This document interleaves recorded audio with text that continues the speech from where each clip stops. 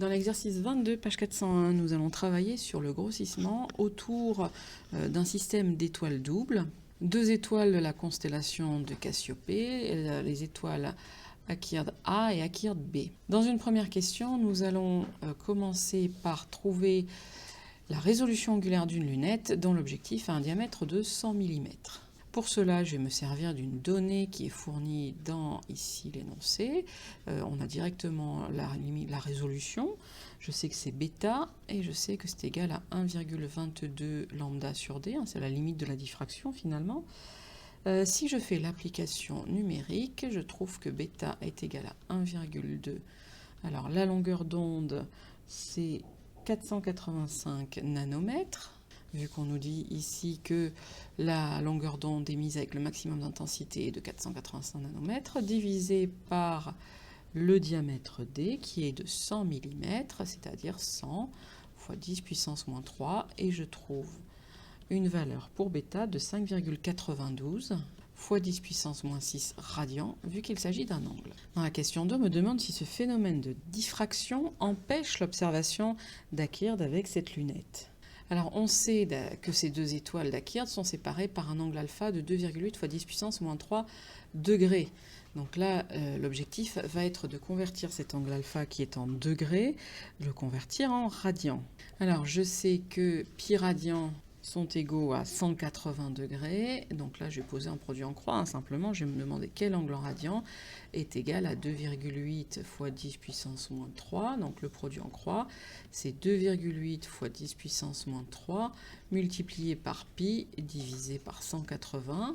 Et je trouve un angle alpha qui est égal à 4,89 fois 10 puissance moins 5 radians. Cet angle alpha, je constate dans un premier temps qu'il est supérieur à bêta, supérieur à la limite de résolution. Donc, ça signifie que si cet angle entre les deux étoiles est plus grand que la limite de résolution, oui, on peut aller observer Akird à la lumière. On nous demande ensuite de calculer le grossissement minimal de la lunette pour que les deux images de ces deux objets, qui sont séparés d'un angle bêta, soient vues séparément par l'œil. Donc je commence par écrire la formule du grossissement, c'est θ' sur θ. Là, je vous renvoie au schéma que l'on a fait dans le cours, sachant qu'ici θ', c'est l'angle sous lequel l'image est vue à la lunette, sont donc au minimum, ici, ce epsilon qui vaut 3 fois 10 puissance moins 4 radians. Θ, lui, c'est l'angle avec lequel le rayon lumineux arrive sur la lunette. Donc ici, θ, on va considérer que c'est égal à la limite de résolution au bêta. Donc le grossissement θ' sur θ est enfin égal à epsilon sur bêta. Et si je fais l'application numérique, le grossissement est égal à 3 fois 10 puissance moins 4 divisé par 5,92 fois 10 puissance moins 6, nous obtenons un grossissement de 51. On nous demande de calculer alors l'angle sous lequel on observe Akird à travers la lunette. Donc en gros, on cherche θ'. Et ce que je sais d'Akird, c'est qu'elles vont être vues elles sont séparées par un angle alpha. Donc ça signifie que θ est égal à alpha. J'utilise l'expression du grossissement. G est donc égal ici à cette fois-ci θ' sur alpha. Je cherche θ'. θ' est égal à G fois alpha.